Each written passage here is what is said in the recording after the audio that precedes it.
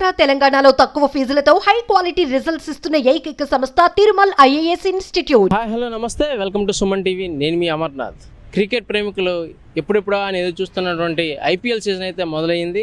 So మార్చి 24-30 తారీఖుల్లో ఈ యొక్క విశాఖపట్నం భీమిలి నియోజకవర్గంలో ఉన్నటువంటి ఏసీఏ విడిసి ఇంటర్నేషనల్ క్రికెట్ స్టేడియంలో మ్యాచ్లు అయితే కనుక జరగనున్నవి. సో దీనికి సంబంధించి టికెట్లు కూడా ఆన్లైన్లో రిలీజ్ చేసి ఉన్నారు.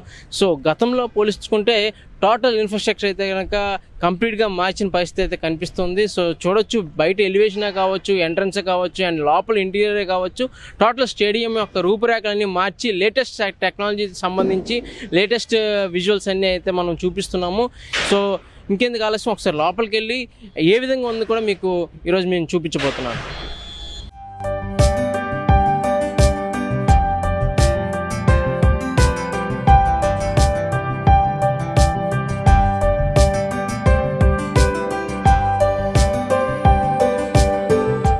సో మనమైతే స్టేడియం లోపలికి వచ్చేసాము. ఇన్ఫ్రాస్ట్రక్చర్ చూస్తే కనుక చాలా చేంజ్ వచ్చింది. ఇప్పటికి టోటల్ లేటెస్ట్ ఇన్ఫ్రాస్ట్రక్చర్తో అండ్ లేటెస్ట్ మెటీరియల్తో అయితే కనుక ఈ ఇంటీరియర్ అంతా చేయించడం జరిగింది. సో టోటల్గా 60 రోజుల పని, 600 వర్కర్స్తో 8,40,000 సేఫ్ మ్యాన్ హవర్స్తో కనుక ఈ యొక్క స్టేడియం రీబోర్న్ చేసిందని చెప్పేసి బోర్డు కూడా పెట్టారు. అంటే 60 రోజుల్లో ఇంత అద్భుతమైన పని అయితే కనుక ఈ యొక్క ఆంధ్ర క్రికెట్ అసోసియేషన్ అయితే చేయడం జరిగింది.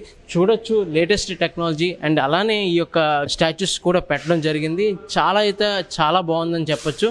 అండ్ ఇంకెందుకు ఆలస్యం, మరికొంతమందితో మాట్లాడి తెలుసుకుందాం.